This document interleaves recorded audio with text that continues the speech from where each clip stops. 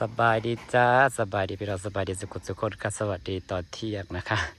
ตอนเที่ยงแดดจะแจกกันมาถ่ายคลิปนะครับบางทีก็หยดความภูมิใจที่ความฝันประสบผลสำเร็จและจะเป็นความฝันอันสุดท้ายพละบ้านพละเสร็จสมบูรณ์100%แล้วจ้าได้บอลจอดรถแล้วก็บอลแล้วก็ได้ห่มไว้จอดรถไว้เก็บของไว้อย่าง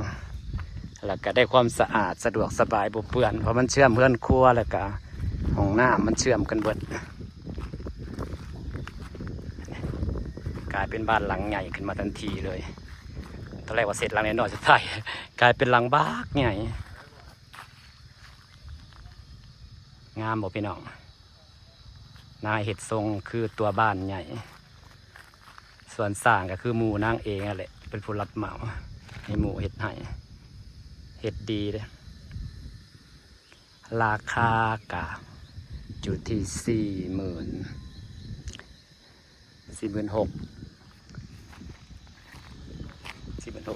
ประเภท44,000จ้าแพงบ่พี่น้องกว้างแห้งเลย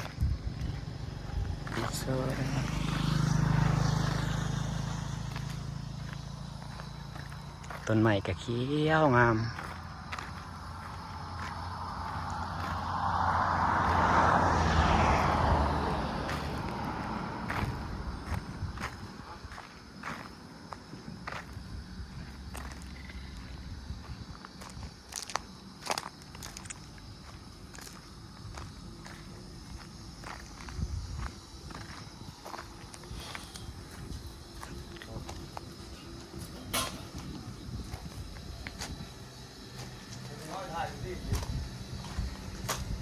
กว้างขวางแล้วก็สูงดูสะอาดตาสะอาดสะอ้าง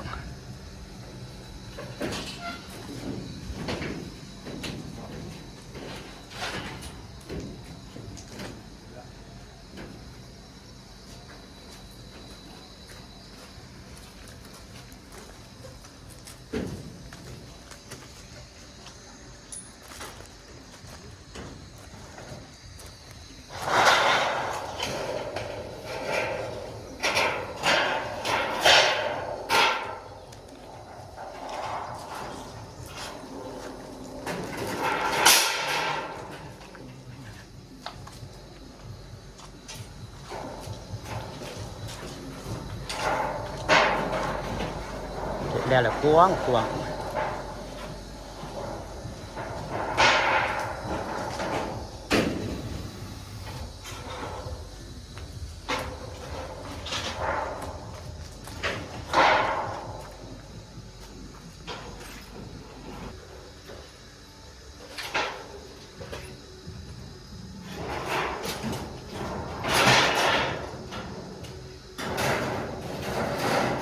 ในกระบะยานเปื้อนละจ้าหน้าบ้านกระหมบุดมือ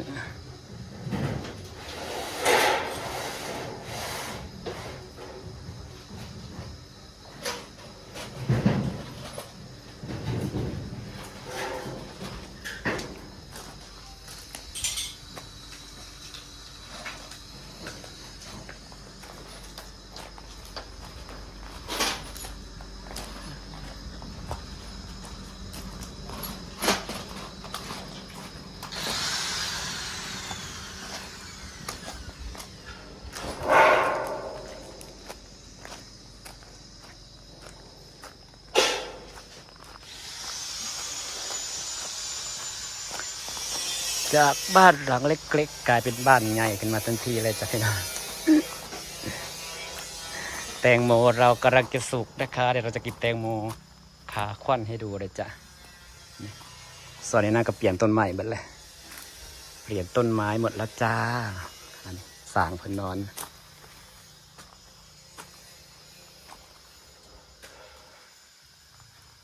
นางมีข่าวดีเด้สิมีคนมาเหมาปากน้องนางอยู่กำลังตกลงกันอยู่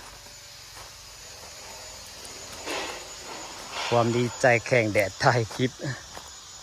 ความดีใจที่ความฝันเสร็จสมบูรณ์100%แล้วจ้ะพี่น้อง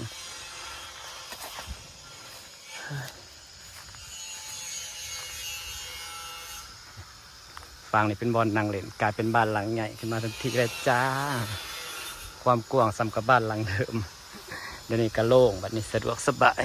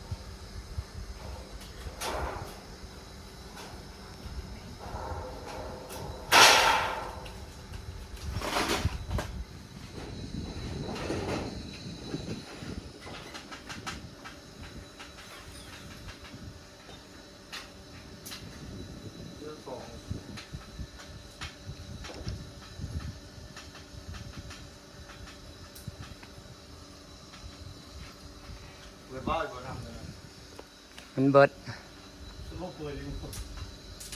เราว่าได้เปิดเป็นลืมอันนั้นลืมเปิดสวิตช์อันนั้นไปอีกก๊อกหนึ่งก๊อกต้นไม้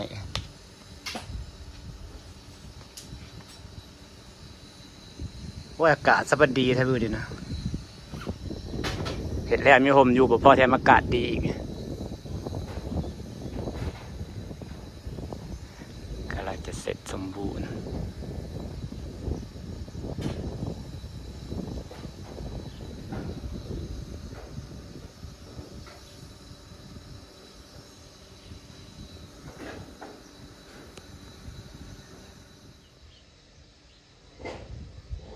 นั่งเล็ดขาต้น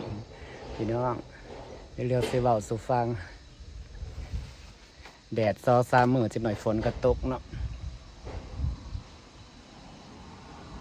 สุดท้ายความฝันผู้ขาก็เป็นจริงแล้วจ้าพี่ดอกจ้าแล้วแบบปลื้มใจแห้งนะบนกว่าสิมีวันนี้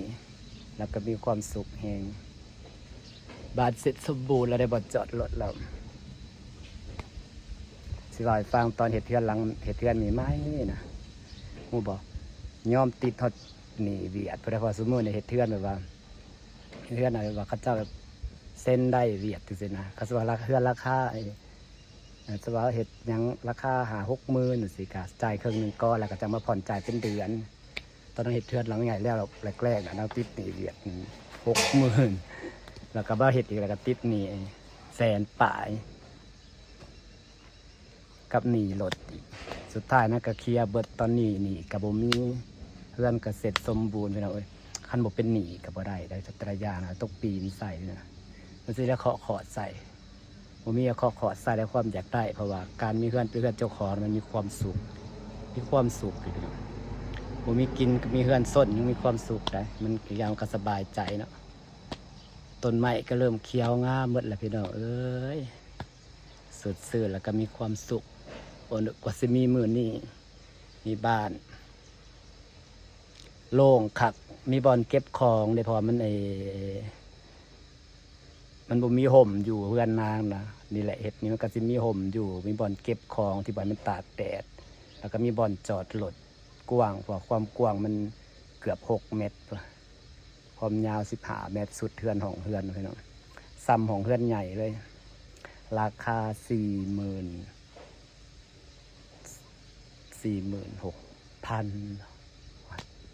เราพิดอีกแล้ว44,000จ้าหลงลืมส่วนคนเห็ดก็คือหมู่เจ้าของเองหมู่ใหญ่มานำกันเขาเจ้าก็เห็ดดีเด้เสาโซก็งามทาสีดำเรียบร้อยสิฝากบรรยากาศไว้ซ้ำนี่เด้อจ้าพี่น้องจ้ามื้อนี้ยังเห็ดบ่ได้ไปใส่2 มื้อเลยก็เลยรีวิวบ้านที่กำลังเสร็จสมบูรณ์ให้เบิ่งซะขอบคุณทุกคนที่ยังติดตามนะคะขอบคุณนะคะยังมีรายได้อยู่ก็ขอบคุณหลายๆจ้า